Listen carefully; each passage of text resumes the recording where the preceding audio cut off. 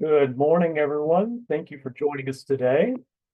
We will get started in just a moment, just giving a few minutes for all of our guests to get logged in. Thank you for joining us today.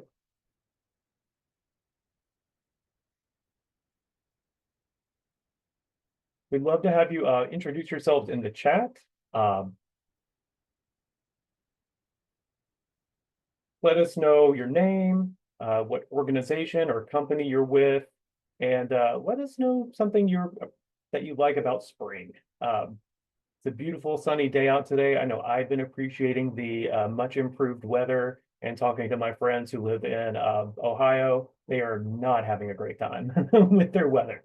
So yeah, introduce yourself. Let us know your name, what organization or company you're with, and something you're just really appreciating about the transition into the spring season. And as you see on the screen, National Apprenticeship Day is on April 30th. If you are in the space of apprenticeship, that might be news to you, and you might be thinking, wait, didn't CareerRise and all the rest of us celebrate National Apprenticeship in November? Well, the U.S. Department of Labor has updated Apprenticeship Day and apprenticeship recognition to fall in the month of April. So this year, National Apprenticeship Day falls on April 30th. And as I just learned, we'll have National Apprenticeship Week in April next year. So really excited about all of the attention and all of the work going into expanding apprenticeships. So again, welcome. Thank you all for joining us. In case you are new here and haven't heard of us before, we'll tell you a little bit about CareerRise, who we are and what we do. CareerRise is a nonprofit organization. We've been operating for about 13 years and just became our own freestanding nonprofit not last year, 2 years ago. Our mission is to advance economic mobility and regional prosperity by creating and strengthening partnerships that meet employer needs for skilled talent and connect Metro Atlanta residents to sustainable wage careers. And our vision is that Metro Atlanta will be a strong, thriving, equitable community with skilled employees connected to good jobs. We are everything workforce development, economic mobility, and equal access to opportunity.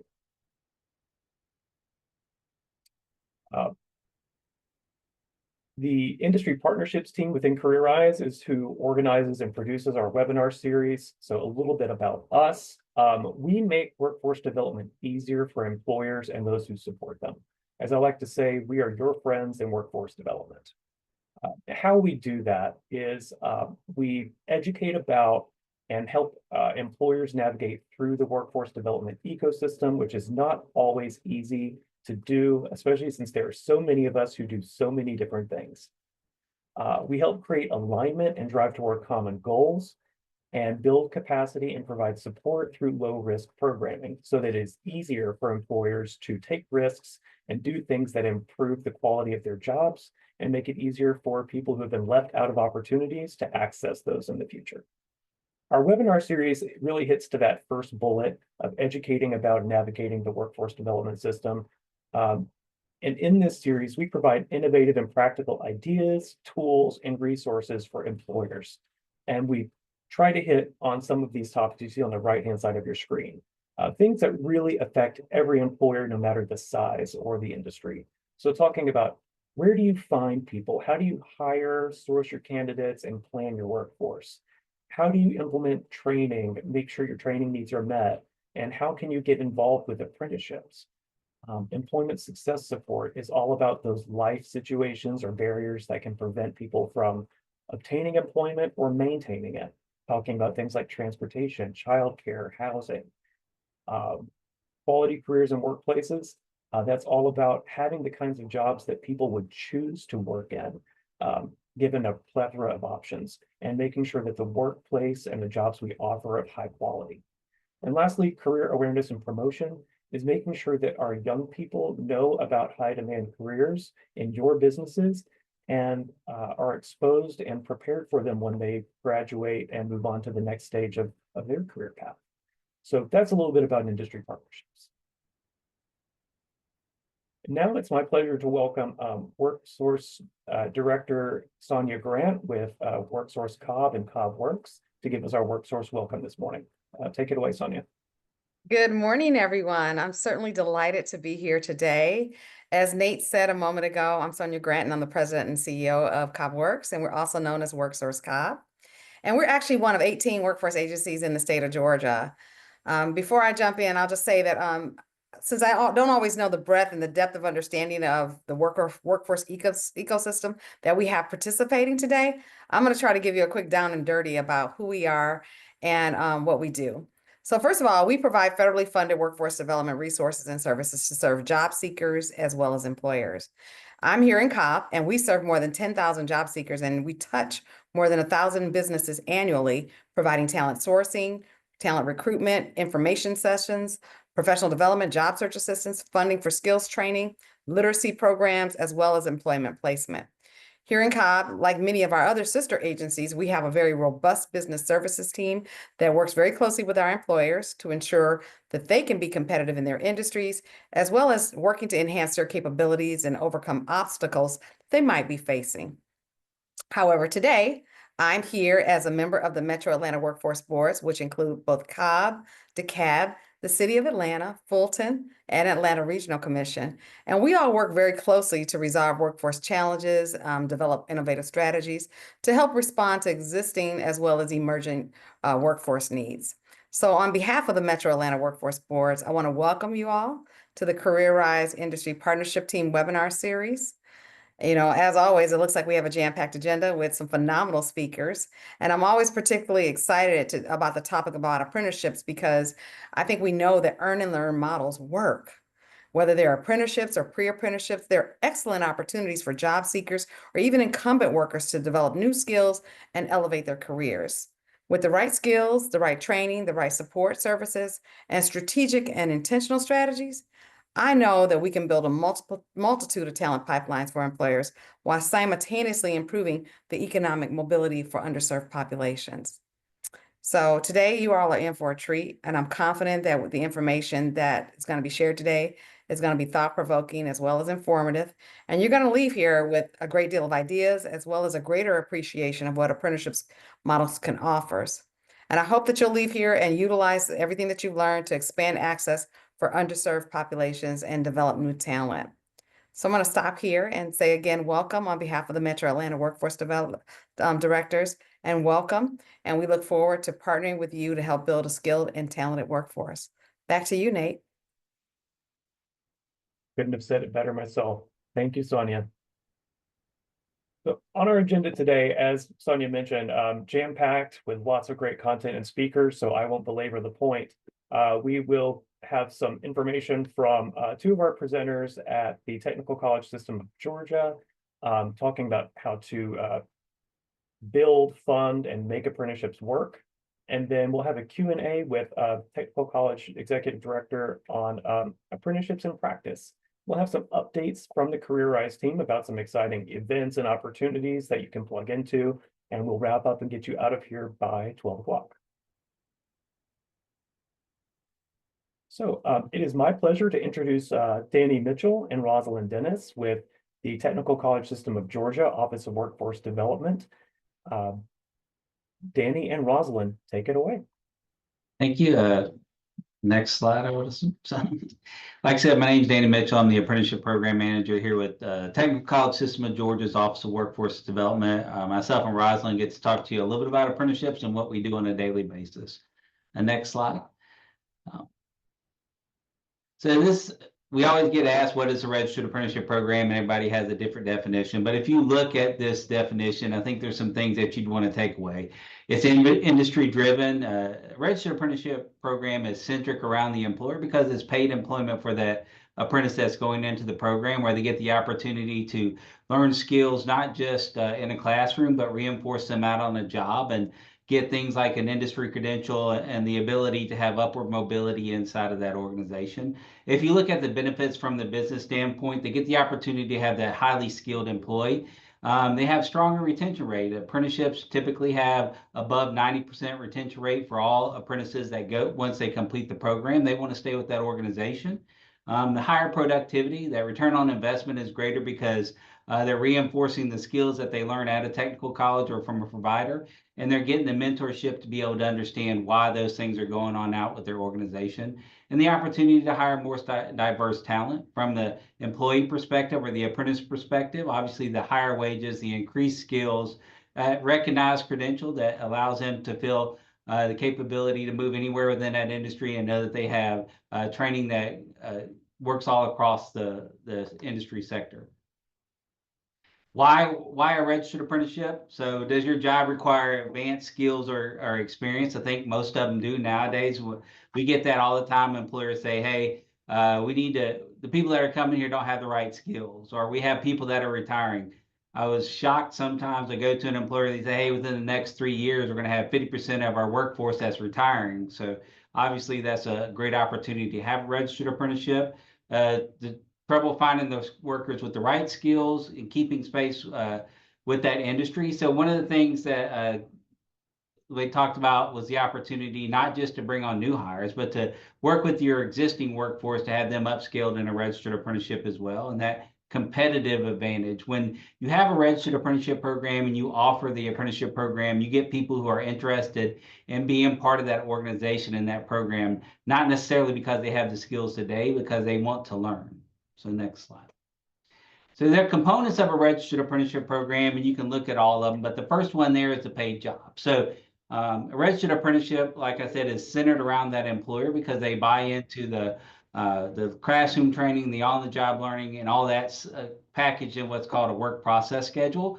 But that actually talks about the job skills that they're going to learn on the job and what they're going to learn in the classroom. So that paid job, that full-time employment is the key foundation of that registered apprenticeship.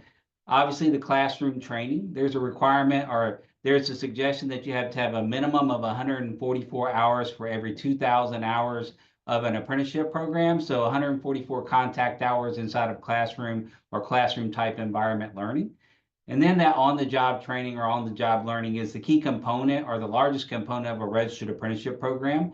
You get 2,000 hours of on-the-job learning when you're out there working every day. It's around 38 hours a week. So they're physically reinforcing what they learn from the classroom out onto the job. The wage increase is a big thing. Where a registered apprentice signs an agreement with that employer and the training provider and the sponsor that says they're going to have an entry-level wage, at least one wage increase, and then an exiting wage, and so they have a clear pathway to what they're going to learn and what they're going to be making during the time of the program.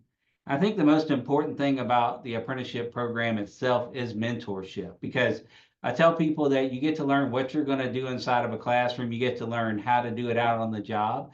But the mentor provides the why and that accessibility for feedback when they're working out on the job and they complete a task, understand how it was done and get that feedback and understand that what it does inside that organization and why they're doing it for that organization. And the last part is the industry credential.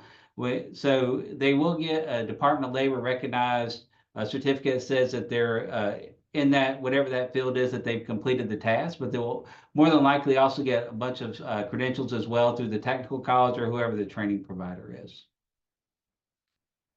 So Apprentice Georgia is who we are from the Office of Workforce Development. We are all of our 22 technical colleges are registered apprenticeship sponsors, and we have the opportunity to work with employers across the state. One, to be able to help them identify occupations that are apprenticeable. So when we meet with the employer, we typically have talk to them about the job description and what occupation best fits that job description, and identify how to go about developing that program. And that's the work process schedule, which is that list of things that you're going to do in a classroom and also out on the job with that related technical instruction, which is the classroom learning. So, and there's several different modalities. You can do a competency-based program, you can do a hybrid-based program or a time-based program, but we sit down and we go through all that with the employer when we talk about developing the program, and we talk to them about the different ways we can either be the sponsor for the program, have the employer be the sponsor, and just deliver the related technical instruction, or a combination of both. Next slide.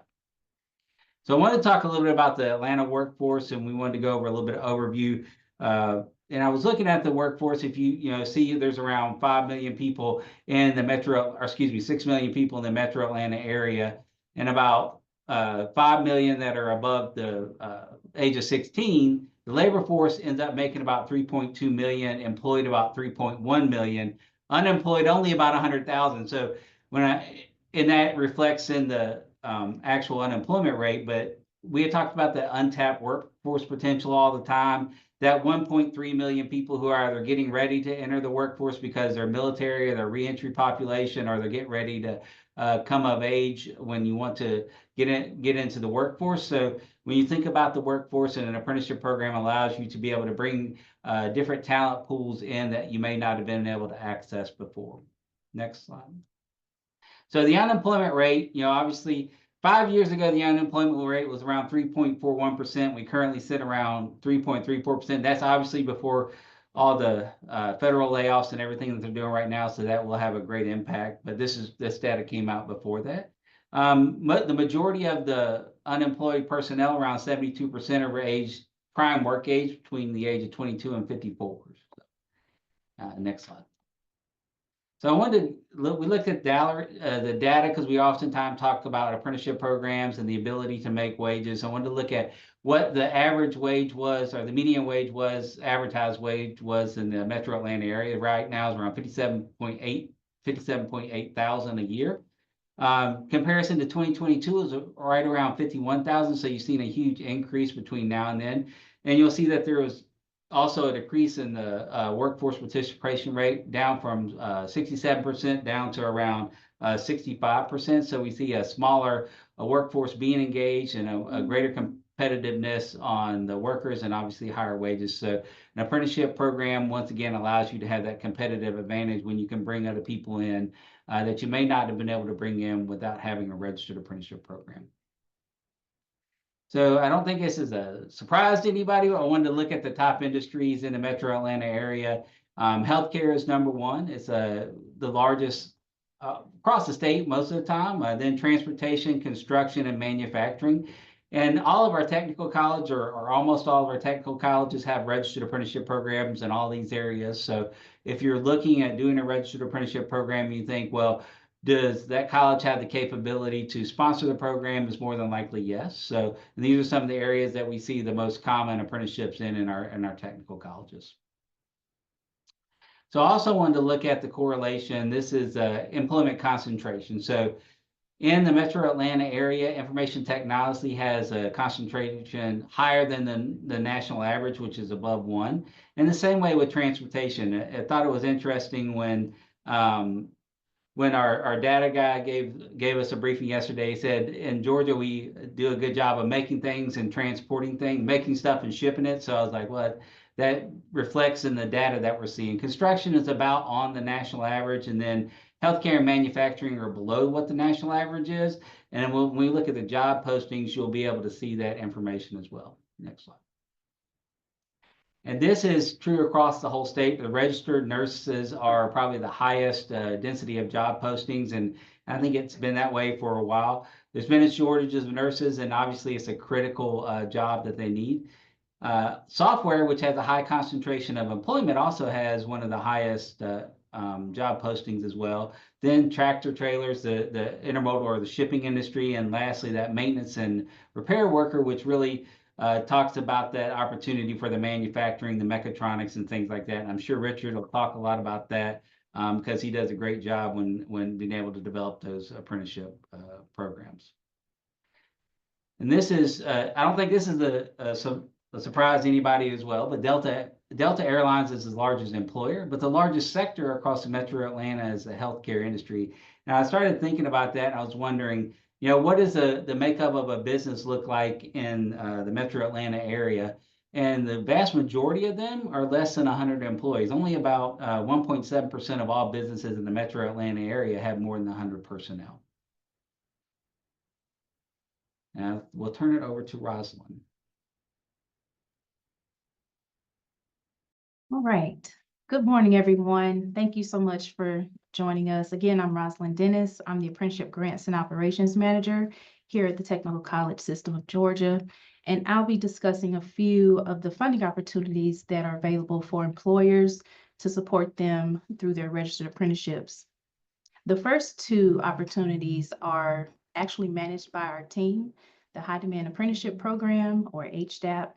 And we'll also talk about the Apprenticeships for Economic Recovery. There's also the HOPE grants and Zell Miller grants and WIOA funding that support the apprentices with their training as well. In essence, all of those programs are available to help the apprentices offset the cost of training. So what exactly is the High Demand Apprenticeship Program? Originally, it was launched in 2022 as the High Demand Career Initiative, and it was revamped this fiscal year to expand and allow us to support even more apprentices, which allows us to also attract more employers across the state. The goal of this program is simple, just to help employers grow their workforce by providing funding opportunities to Georgia's employers that are in those high demand industries. This is our third year actually running the High Demand Apprenticeship Program, and we've seen a lot of success so far. We have over 85 employers that are currently participating, and they're serving up, supporting more than 300 apprentices statewide. And this is a highly competitive opportunity, but it's an excellent way to offset some of that initial cost of hiring and training apprentices. So this is how the funding opportunity, how the funding is dispersed. Once an employer is submitting an application and the application is scored and the employer has been approved to participate, they'll receive a contract agreement to support those apprentices. Once that apprentice has been officially put into the registered program, the employer will receive an initial payment of $2,500 for that apprentice. And once that apprentice has been in the program for 1 year, that employer will receive a final payment of $2,500. And since this is an incentive to employers, they have the flexibility to utilize the funds however they choose to help offset some of that training cost or providing any supplies or resources to help that apprentice while they're on the job. So what makes an eligible employer to participate in the high demand program? They must be located and operating in the state of Georgia.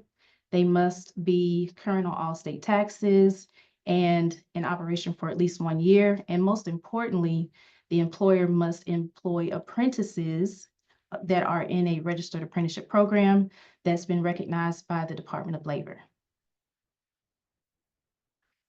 So since these awards are tied to actual apprentices, this is the eligibility requirements for the apprentices to participate in the program. They must be at least 15 years of age or older, be a Georgia resident, eligible to receive public benefit, and a first-year apprentice. And they also must be employed in an occupation that's on our high demand career list. Here you'll see Georgia's high demand industries. I know Danny talked a lot about all of those, but most likely if you have an occupation or an employer that's in one of these industries, you're most likely eligible to apply for the high demand program. So how do you apply and when? If you believe the business is eligible for the high demand program based off of the presentation just mentioned, the employers can go to the website here, and the next application window will probably open in July or August this year. So be sure to check back the website for updates. And there's also a sample application there to help you prepare and a video of the application and explaining the process of the application. And even though the window isn't currently open, now is the perfect time to start developing the foundation of your registered programs. And that will make you certainly a stronger candidate for when the application window opens, as this is a very highly competitive program.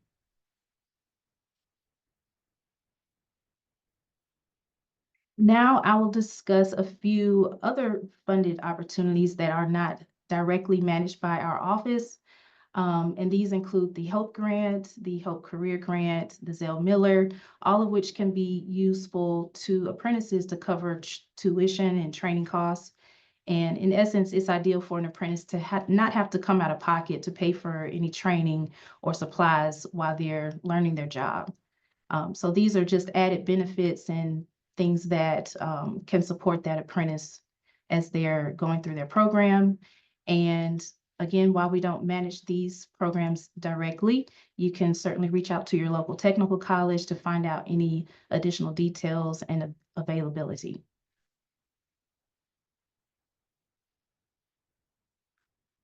Here is a program that we actually do manage here through our office, the Apprenticeships for Economic Recovery. And these funds are directly given to the technical college as a reimbursement to offset the training cost and supplies for those apprentices. And it covers up to $4,400 for tuition, supplies, which is a huge benefit for the apprentices. To qualify, the apprentices must be enrolled at a technical college and receiving classroom instruction, which is one of those components of a registered program. And this funding is available through December 2026. So if employers are interested in this opportunity, they can reach out to their local technical college to find out about availability of those funds. And out of the 22 technical colleges, we currently have 16 of them that are currently participating in this program.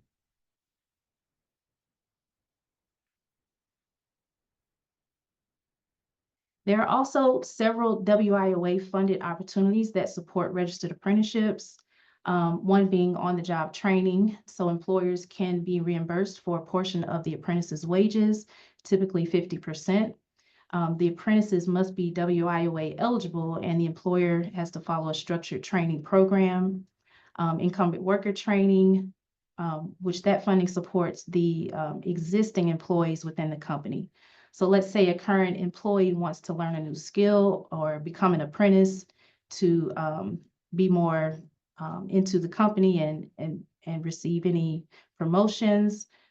They can receive funding to cover the classroom or online hybrid training. Also, the individual training accounts, these cover tuition, books, and fees for the apprentices that are enrolled in approved training programs. And the training provider must be on the ETPL list or eligible training provider list. And that apprentice must also be WIOA eligible, such as low income or being a dislocated worker. And these funds are administered through the local workforce areas. So for additional details and availability, these are resources you can reach out to the local areas. Okay, that wraps up our presentation. And if you'd like more information about apprenticeships, how to get started, what funding opportunities are available, if we can connect you with your local technical college or workforce area, feel free to reach out to Danny or myself.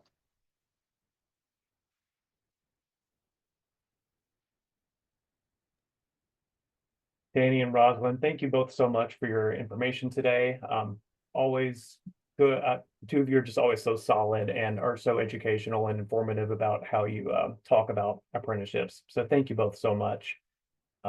Now I'd like to introduce Richard Andrews, the newly appointed Vice President of Economic Development at the Southern Crescent Technical College, for a little Q&A session. Good morning, Richard. Thank you for joining us. Richard, we're not able to hear you. You're not on mute, but not able to hear you.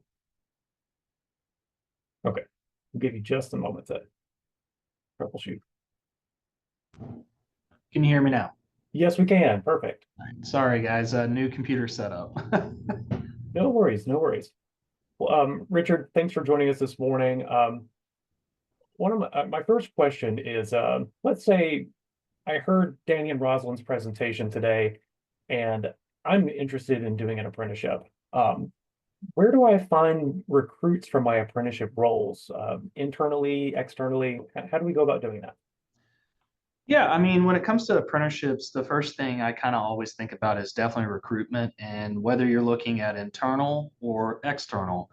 And for internal employees, when you're really kind of focusing on that, you want to search within your own employees and look for like work ethic, good attendance, and willingness to grow. Are they trainable? Those are the type of characteristics that we really want to focus on. And sometimes, from the college standpoint, we can assist with doing some soft skill assessment or things like that to assess that employee to kind of help you get a better, idea, are they a good candidate for an apprenticeship? When it comes to the external part, there's really about which population are you trying to target? Are we looking at recent graduates? So do we need to contact, some of the high schools and some of the coordinators there who may have graduates that are still in that local area? Or are we looking at veterans population? So really it's more about the, where does the company want to target? And then from that, most of the colleges throughout our whole system, we have a lot of resources that we can reach out to. And that's really where we, shine when it comes to the recruitment effort. So that kind of, we can definitely be that go-between. But also job fairs and all of those things are also constantly being put on by the technical college system. So, really I would lean on a local college in your service area to kind of assist in that. Absolutely. And shameless plug, I will also add that CareerRise is also happy to help assist with that candidate sourcing, because there are a lot of different community organizations out there. So if you're looking to connect with, like Richard said, maybe veterans or maybe opportunity youth, we can be of assistance there as well. Next question I have for you, Richard, thinking about funding sources for apprenticeships, lots of different funding opportunities that are available out there. But what do apprenticeships cost? And how have you seen funding used to support those costs? Yeah, so, it really comes down to the length of the training, like the time frame, because that's going to adjust the cost for the college when they're providing this type of training. So there is some kind of different things there. But with the ARE funding that Rosalyn was talking about, the high demand funding from the state, so there's a lot of, and then we also have WorkSource as well as funding from CareerRise. So there's a couple different avenues that we can pull funding from. And the goal is to not have, the employer have to, take on the burden of these training costs, because they can, go up to the $4,400 per apprentice, and, it can get expensive. So, it's kind of hard to nail down an exact cost, but I've ran it in the range between $4,000 to $5,000 per apprentice, with about trying to hit the target of about 10 apprentices in each cohort. That may not be all one company. That may be multiple companies that get put into that cohort to try to help offset that cost. I'm going to throw a curveball question at you. Thinking about the cost of apprenticeships, someone might hear $4,000 to $5,000 in training costs and flinch a little bit at that, even with the support of all of these great funding sources. What do you think the return on investment is with an apprenticeship versus a traditional hiring model? Yeah, well, one thing when I'm saying that cost, I will say that was with me adding RTI, so the related instruction part of that was more than the 144 that Danny was talking about earlier.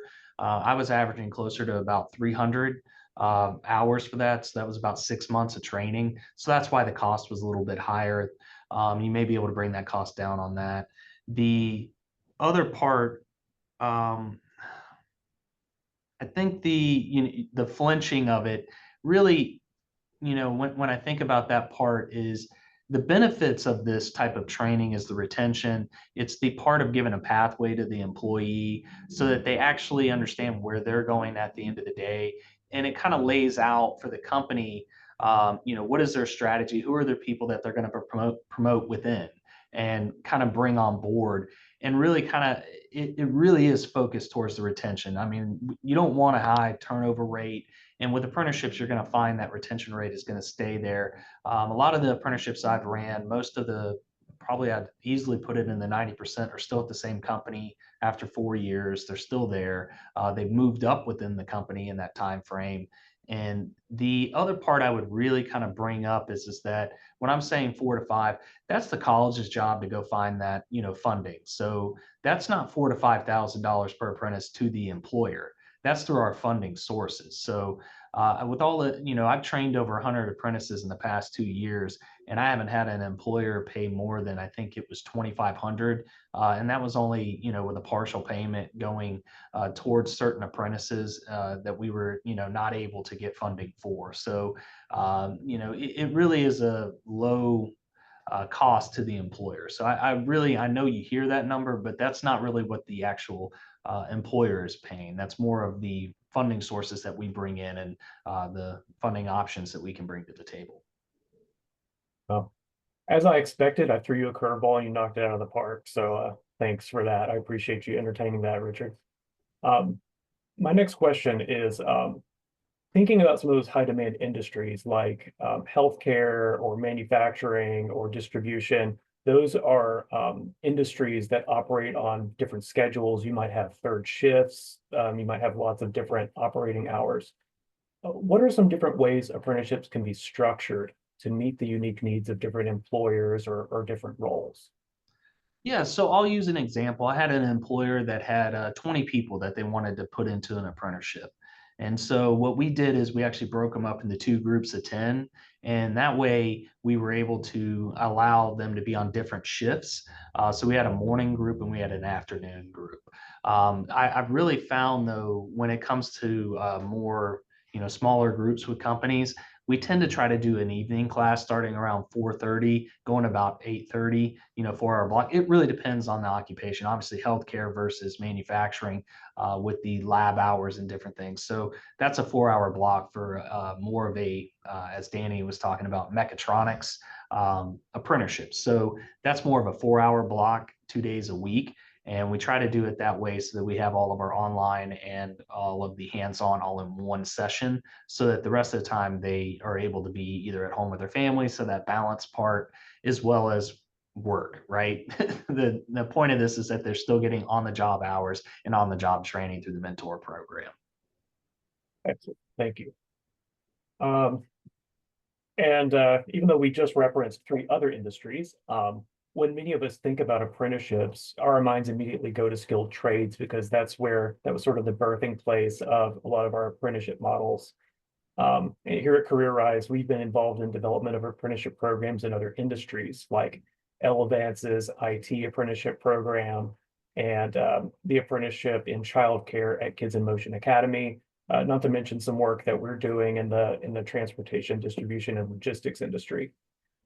What are some other unexpected industries or roles where you've seen apprenticeships used effectively?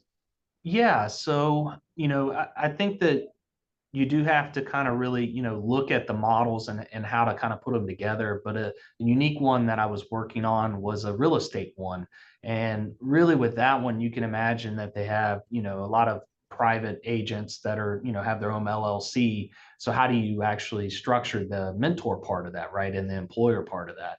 And what we found is that we had a bunch of people who were wanting to be trained in real estate. So we partnered with other real estate companies that were a little larger, and then we had them come to an agreement with their contracts and kind of commissions and that side of it, so that they could actually be mentored and really kind of put that apprenticeship together. So I think sometimes it's about collaboration and bringing more people to the table, because that's a very unique one. Like I was saying, most real estate, they work by themselves and they represent themselves, or maybe they're a group of 1 or 2 or 3. So we kind of had to partner with a larger group and try to get them to have their own mentor setup of that. But that's a very unique one because I haven't really heard a whole lot of apprenticeship in real estate. Thank you. And I remember when you and I were first talking about this this webinar, you said it's not just about the industry or it's about the readiness and willingness of that employer, right? Yes, it's so when I think of apprenticeships, you really have to look at the employer. And while the college can be the sponsor, so we can take a lot of the paperwork off of your shoulders and a lot of that, it's still going to be the willingness to do the apprenticeship and to have that relationship with your employees, because you're going to be engaging with them with the mentor program. And so that part of it is you're going to be involved with them, you're going to get to know them. And I would also say that you start to kind of get involved in, watching them grow, meaning that you actually enjoy seeing that progress. Everybody loves seeing somebody start from a position here and work through it and get a pay increase, and they've done everything right. And seeing that progression is really just, it kind of makes everybody feel great about the apprenticeship experience and kind of how we come together. Perfect. Thank you. Last question I have for you. Again, let's say I'm an employer in this audience. I'm learning a lot about this. It sounds interesting to me. How could I identify the positions in my company where an apprenticeship might be a good fit? Yeah.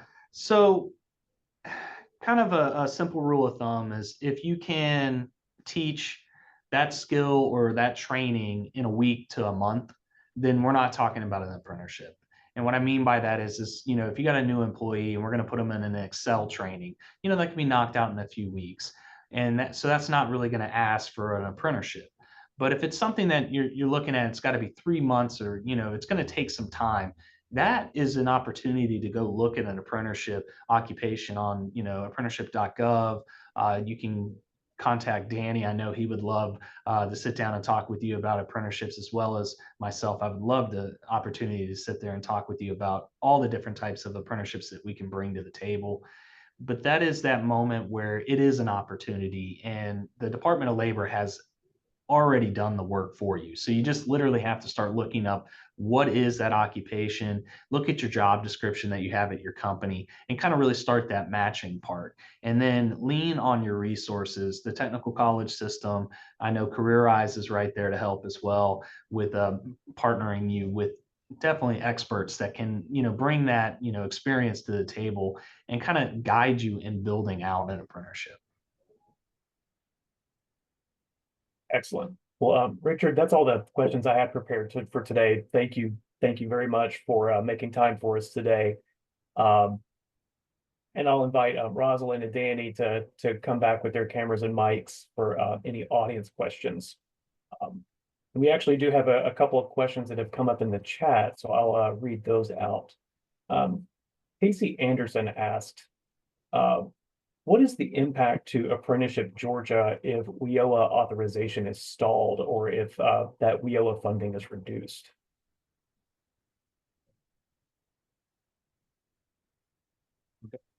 And well, it may change some of the funding incentives that we do, but the majority of the apprenticeship development that I talk about is outside the scope of WIOA funding. Really, because, and I'm sure Andrew or Richard will tell you this as well, an apprenticeship is an investment from the employer and from the apprentice as well. We really talk about that return on investment and how leveraging the current workforce to be able to advance their workforce is extremely important. So it may have an effect on what we do, but I don't think it would get rid of anything we do because the majority of what we do from apprenticeship development is outside of the scope of WIOA. Yeah, and I would add on to that there are other ways too. If your starting wage say is $20, we could bring in apprentices at 18 and the $2, and then the pay progression once they get up to 20, once they've completed the RTI or whatever pay schedule we agree upon. In that cost savings that you have from paying them a lower wage till you get to the starting wage could offset the training as well. So there's still other tools, in our basket to be able to overcome those obstacles. Lastly, I'll add to that, speaking of other opportunities and funding. So as mentioned, the high demand apprenticeship, it is a state funded award. So definitely separate from WIOA or any federal halts there.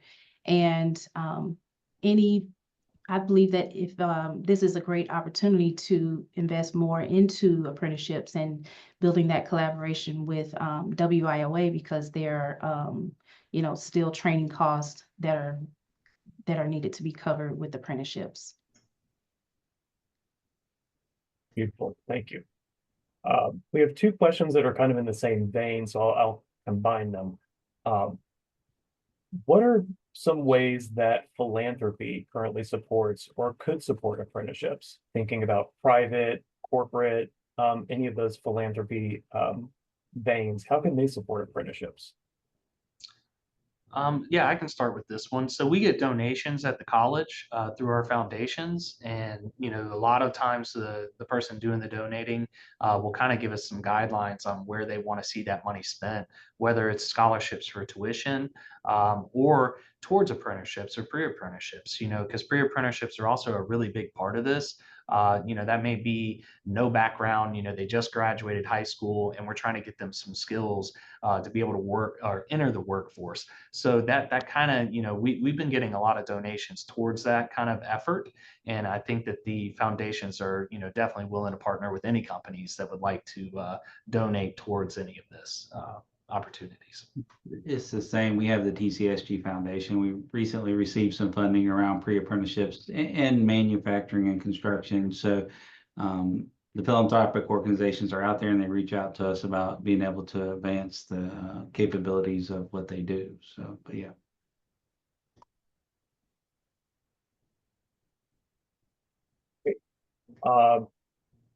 And then I'll throw my 2 cents in here as well. We have collaborated with organizations like the UPS Foundation, who had an interest in supporting the development of apprenticeship in the Metro Atlanta region. So we've partnered with Georgia Piedmont Technical College to help fund the training costs of some apprentices going through a program. So there are lots of different ways that philanthropy can jump in and help support the cost of apprenticeship programs. I think about offsetting wage costs to help employers get that person up to speed, covering training costs, supplies, or even some of those supportive services that apprentices need sometimes, thinking about challenges people have with transportation, housing, childcare. Those are all great ways that philanthropy can help with apprenticeship. Another question that came from our audience, with current apprenticeship partners, which industries are the most active and which industries have you seen the most growth in? Probably a loaded question because each college is regionally, they align differently. And I don't know if Rosalyn has some of the statistics from our HTAP awards, but I know manufacturing is a big one. And then we've seen a wide variety from manufacturing, aerospace, and agriculture and everything, but and construction as well. Mainly electricians is one of the bigger ones as well. So I know for a fact manufacturing is always at the top, and electricians as well. We've seen an advancement in IT, like with Elevance, working with strategic populations to get into cybersecurity. We've seen avionics and aviation, everybody from and Delta and a lot of employers looking to throw it, but also the transportation, distribution, logistics. As we say, we have a large intermodal industry here, or sorry, the industry at the port, and then rail and transportation for the trucks as well. So we've seen a large growth in that as well. And I'm sure Richard can talk about the advancements that they've been working at. And we've recently seen public service, so apprenticeships in EMTs.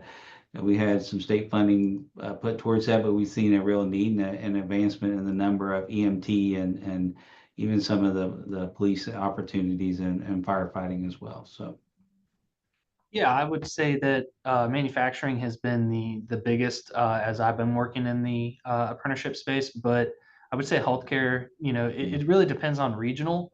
Because if you look like Atlanta Regional Technical College, they have a lot of healthcare. For Georgia Piedmont, it was a lot of manufacturing apprenticeships. And here at Southern Crescent, it's also going to be manufacturing and healthcare are probably going to be the two big ones. Construction has been one that has been done. I think the heavy equipment is always going to be a harder, just due to having access to equipment. But we've worked with companies to try to, overcome those things with how do we get out there, more on the site type of training for that kind of apprenticeship. So there's kind of different options as well, but healthcare and manufacturing, I would definitely say are the two top. we've seen an advancement from entry-level healthcare to more the LPN and MAs and RNs as well. So we've seen a growth along the healthcare line as well, where we were initially seeing those entry-level positions. We're seeing the growth in that healthcare and understanding that those more advanced roles are apprenticable as well. Yes, with the high demand apprenticeship program, there's also another arm to that we didn't discuss, which is the public service apprenticeship program. But we definitely see a lot of teacher apprenticeships that are coming through with that. And of course, EMTs, and with high demand, of course, the manufacturing, construction that was mentioned as well. Beautiful, thank you. One last question from our audience. Are there opportunities to volunteer time to assist with apprenticeship programs? I think that's a really unique question. I would not have expected that, but I really like it. Well, like Skills USA is one of those examples where you get the opportunity to be a judge. And just from a workforce development perspective, we're always looking for, and the local workforce boards can talk about, well, you need mentors to do the mock interviews and the opportunity to be able to really provide some advancement of those skills and be a mentor to those some of those strategic populations that we engage with as well. But maybe Richard's done some initiatives on that. Yeah, I would say the committees, definitely getting in on the committees would probably be the first step to getting involved. That way you can kind of meet all the stakeholders and then see where some maybe of the weaknesses are, as we're always looking for anyone with expertise with skill trades for, being part of the instruction, guest speakers, or, because really, the apprenticeship is about exposure. So, if you've worked in the industry and then you have knowledge in that, that's, you can't replace that. So we want that in the classroom. We want that to be exposed to as many of our apprentices and pre-apprentices. I think definitely for the pre-apprenticeship would be a great space to kind of come in and be involved with the apprenticeships. That multi-employer opportunity, when you talk about the pre-apprenticeships and the cohort model where they get the opportunity to train with more than one employer, I think that's one of the things we've seen also. Yeah, I mean, we do a industry exposure like shadow weeks where we have them go in and try to work a shift, or at a minimum, that in a week go through about 4 or 5 different employers so they can see different areas, whether it's the food, are we talking about injection molding? This is obviously towards manufacturing, towards, that kind of exposure in multiple different sectors kind of really helps out.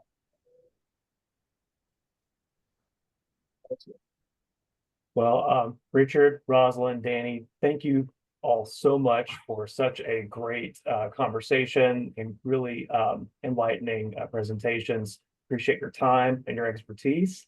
And thanks for giving such a good experience to our audience. Thank you. Thank you. This is a pleasure. Definitely a pleasure to get to speak to everybody. And make sure you stay involved with us. We have our monthly webinars, of course, but we also have our email digest where you can get updates, information, everything workforce development. So if you haven't subscribed to our email digest yet, make sure you do that now so you can stay in touch with everything we have going on. And when our webinar series updates in later this year, that you can get that new link. Our next webinar will be hosted on May 15th, where we'll be talking about upskilling your current talent. May 15th, 11 a.m. to 12 p.m. via Zoom. We would love for you to complete our post-webinar survey. And of course, don't forget to save your chat. You can use the 3-dot menu on your chat menu there to save the chat and download the file. We will see you next month. Contact us. We'll see you next month if we don't hear from you before. Have a great rest of your week and your month.